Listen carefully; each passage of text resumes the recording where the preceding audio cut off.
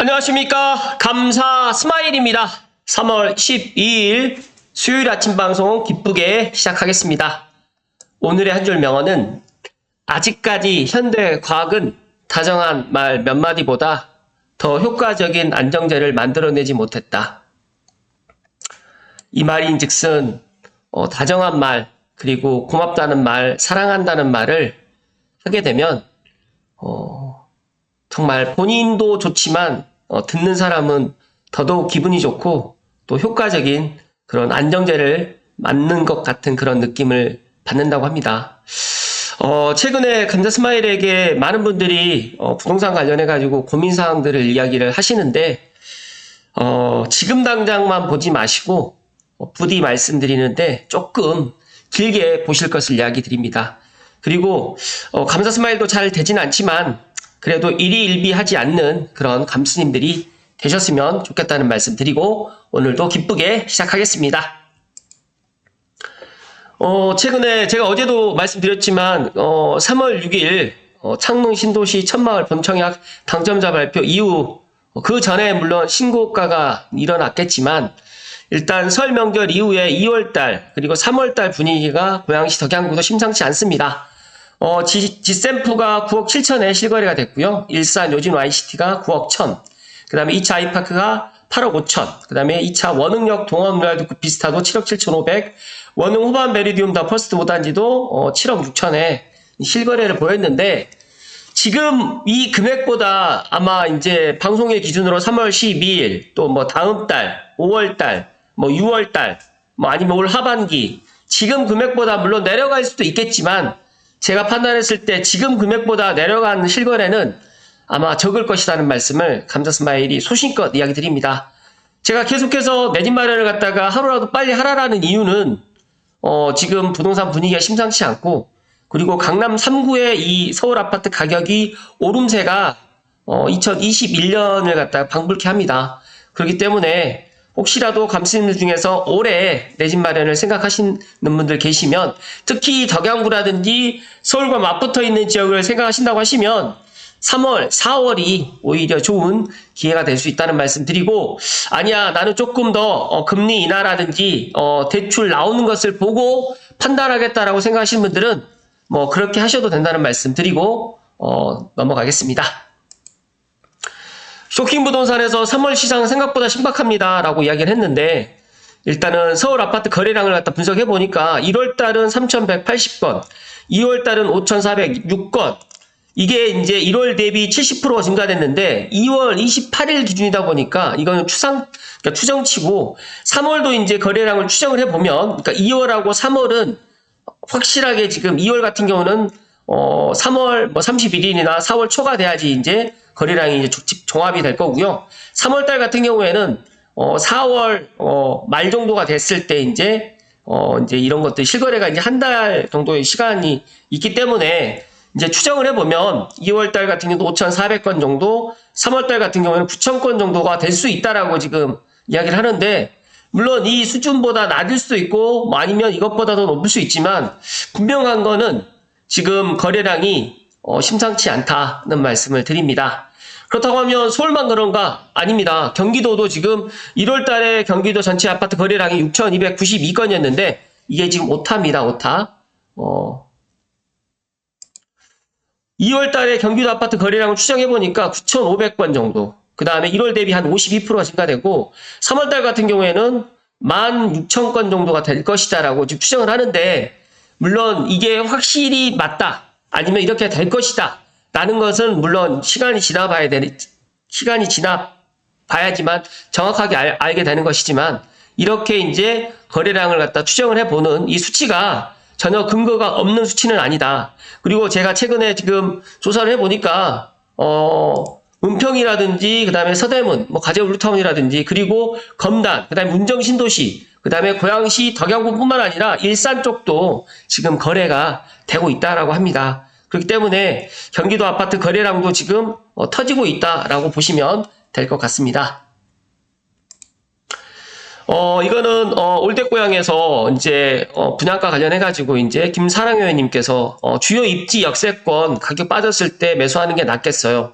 제가 대충 생각을 해봐도 만약에 3천만 원의 분양가가 나온다라고 하면 진짜 9억 이하의 만약에 8억대, 7억대 만약에 원흥이라든지 삼성이라든지 지축이라든지 향동이라든지 더군에 있다라고 하면 진짜 매수하셔도 된다는 말씀 드리고, 매드맥스님께서 이런 이야기를 해주셨어요. 지금은 시장이 저렇게 분양 안 하게 되면 마진이 별로 안 남는 구조입니다.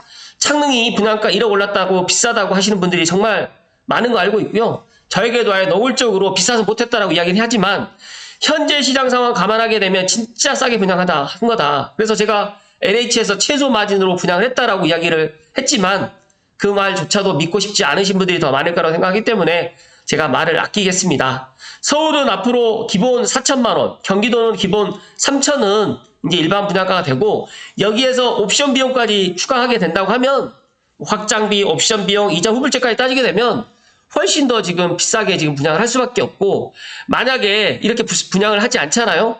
그러면 건설사가 도산하게 됩니다. 그렇기 때문에 지금 시행사라든지 시공사에서도 이 분양가 때문에 이러지도 못하고 저러지도 못하고 있다라는 이야기를 감스님께 특별히 이야기 드리기 때문에, 만약 내가 신축 분양을 갖다 받아야 되겠다라고 생각하시면 이렇게 비싸게 분양을 갖다 할 거라고 생각을 하시고 더 종잣돈을 많이 모으시고, 아니야 나는 그래도 이렇게 비싸게 분양을 받기는 힘들어, 나는 예산이 6억밖에 안 돼, 아니면 난 예산이 5억밖에 안 돼, 난 예산이 7억밖에 안 된다고 하면 그 범위 내에서 정말 내 대출이라든지 내 자금 영역에서 무리하지 않은 범위 내에서 꼭 계약만이라도 해 놓으실 것을 이야기 드립니다.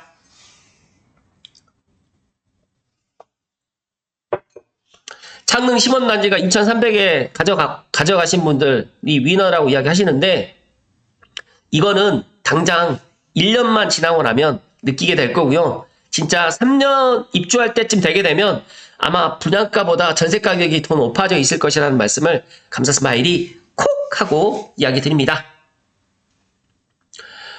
네, 오늘 본론으로 이야기 드리겠습니다. 한국경제 이성열 기자님 기사로 시작하겠습니다. 집값 무서워서 청약만 기다리는데 서울 직장인들 눈물 난다.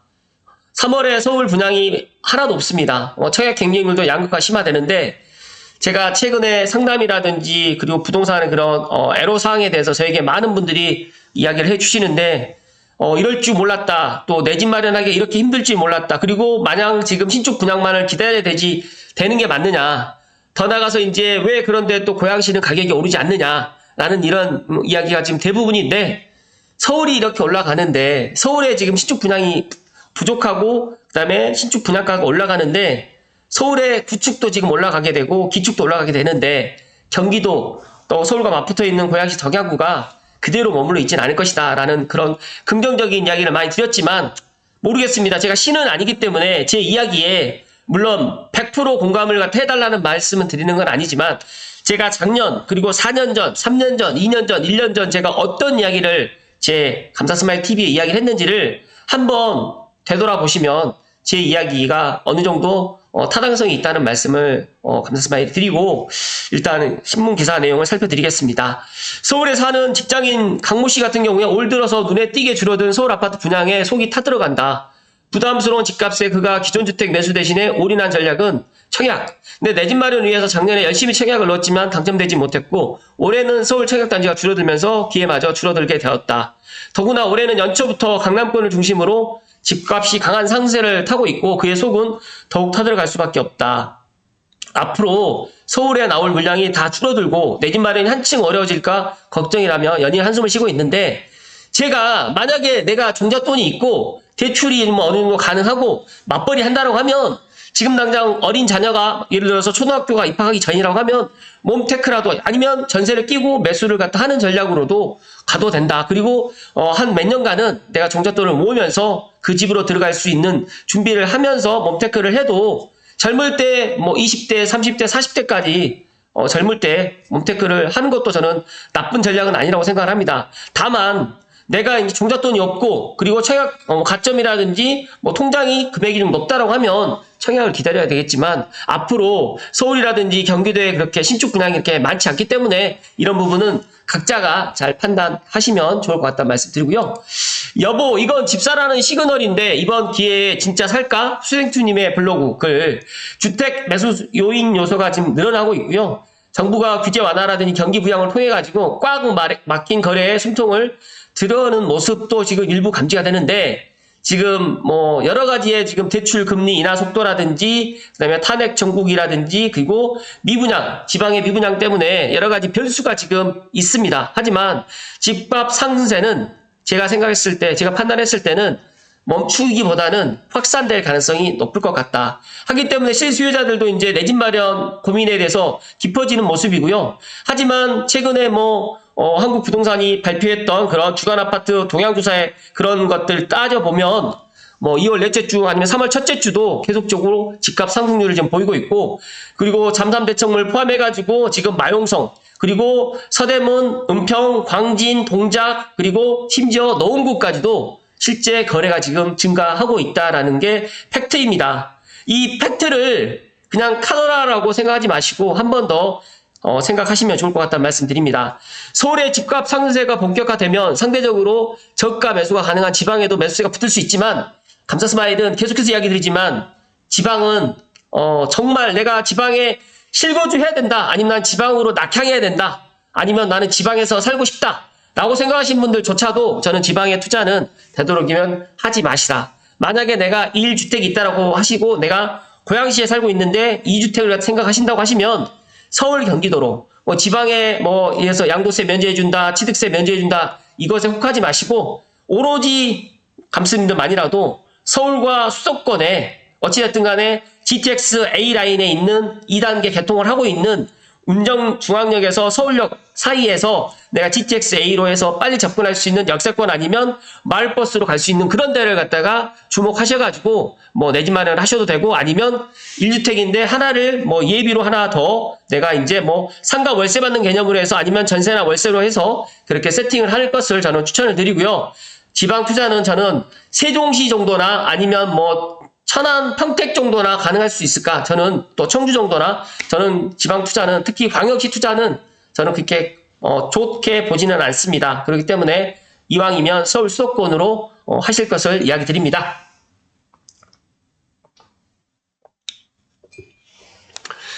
엊그저께 어떤 분이 이야기를 하는데, 인구가 줄어드는데 왜 서울 아파트랑 경기도 수도권 아파트는 계속 올라갈 수밖에 없느냐라고 질문을 하신 분께 제가 이야기 드렸어요.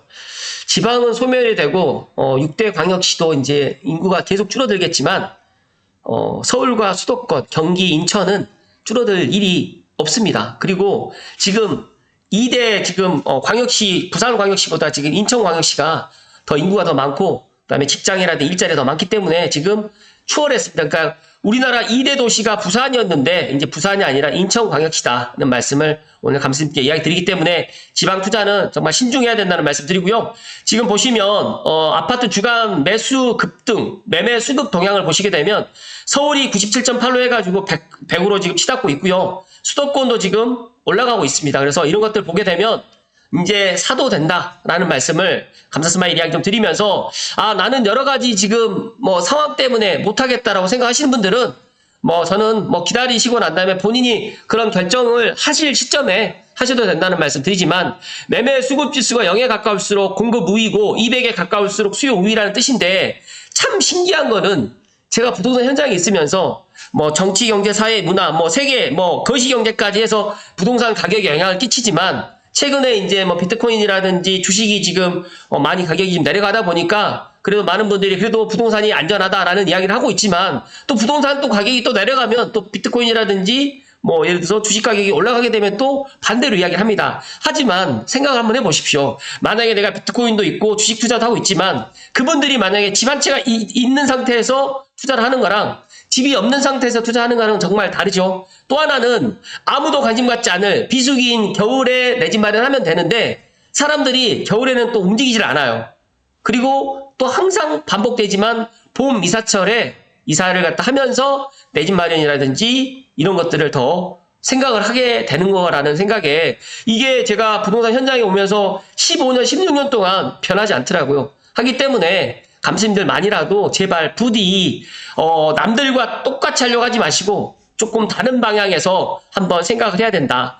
그래서 지금은 매수 타임이 적기냐 아니다. 조금 더 기다려야 되느냐라고 이야기를 하게 되면 저는 4월 달까지는 특히 아직까지 고양시라든지 덕양구, 전체적으로 일산 쪽, 운정 신도시도 많이 가격이 오르지 않았기 때문에 더 가격이 오르기 전, 특히 저는 DSR 2단계가 지금 현재 적용되는 이 시점인 전반기만이라도 계약만이라 해놓으시고 만약에 내가 자금 여력이라든지 여러 가지 안 된다고 하면 올 하반기라든지 내년에 잔금 일정을 맞춰도 되기 때문에 그런 것들은 잘 한번 고민해 보시면 좋을 것 같다는 말씀 드리고 매수 타이밍이라는 거는 본인에게 달려 있습니다. 누가 지금이 매수 타이밍이라고 이야기해도 내 상황이 준비가 되어 있지 않으면 아니고 또 내 상황이 지금 준비가 되어 있는 상황이라고 하면 남들이 아니라고 할 때도 지금 하셔도 된다는 말씀 드리면서 전문가분들은 이런 이야기를 합니다. 추가로 금리가 인하되면 집값이 오를 거라고 보고 실수요자라면 그 전에 매수할 것을 권유하고 있지만 지금 실질 금리가 지금 내려가 있지는 않지만 그래도 지금 실질 금리라든지 미국도 5월 중에는 또 금리를 추가 인하할 가능성이 있기 때문에 제가 생각했을 때 그렇게 부정적으로 보지 마시고 내 집 마련하는데 내가 내 집을 갖다가 1년 후에 팔 것도 아니고 2년 후에 팔 것도 아니고 최소 4년에서 6년을 보유한다고 생각을 하신다고 하면 지금 시점에서는 매수하셔도 된다는 말씀 드리고 이건 집 사라는 시그널이기보다 이번 기회에는 놓치지 않으셨으면 좋겠다는 말씀을 감사 스마일이 특별히 감스님께 이야기 드립니다. 금리 인하 전에 매수하려는 움직임이 있을 수 있고요. 그럼 순식간에 또 불이 붙을 수 있는데 생각을 한번 해보시면 2월 달에 강남 3구부터 시작해 송파 쪽에 움직임이 있었어요. 그런데 토어제가 저는 불을 지폈다. 그러다 보니까 기존의 수요자에서 지방에 있는 수요까지 몰리다 보니까 오히려 지금 매도인들도 안 팔게 되고 가격이 올라가고 수요자들은 이제 집도 안 보면서 사는 이런 현상이 생기다 보니까 이제 조금 타이밍을 재다가 이제 이러지도 못하고 이사도 못 가고 내 집도 지금 안 팔리기 때문에 이러지도 못하고 저러지도 못하는 상황이 지금 되어 있다라고 저는 생각을 합니다. 하기 때문에 서울이라든지 수도권에서 내 집 마련을 갖다 생각하시는 분들은 집값이 당장 뭐 오를 것이다 내릴 것이다 판단하지 마시고 조금 장기적인 관점에서 그래도 내 집 한 채는 꼭 있어야 되고 이왕이면 내 집 한 채가 있으신 분들은 매도 타이밍을 갖다가 만약에 지금 매도가 안 된다고 하면 조금 늦추시거나 그리고 어찌됐든 간에 뭐 여러 가지로 이제 상황은 다 다르겠지만 감시님 중에 내가 매수하는 사람 또 매도하는 사람 또 관망하는 사람 아니면 청약을 준비하는 사람 다 다르겠지만 한 가지 분명한 거는 내 집이 분명히 필요하다는 말씀을 감사 스마일이 콕콕 하고 이야기 드립니다.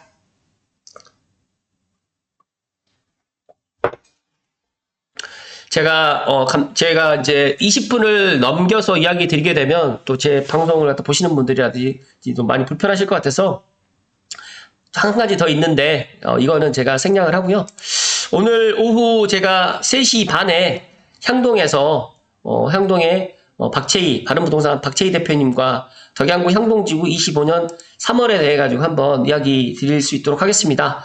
어제도 제가 이야기를 드렸는데 많은 분들이 향동에 대해서 또 관심을 또 갖고 있고 또 최근에 또 창릉 신도시 본청약 발표 이후에 향동이라든지 덕은 그리고 원흥의 아파트에 또 관심을 또 많이 갖고 계시더라고요.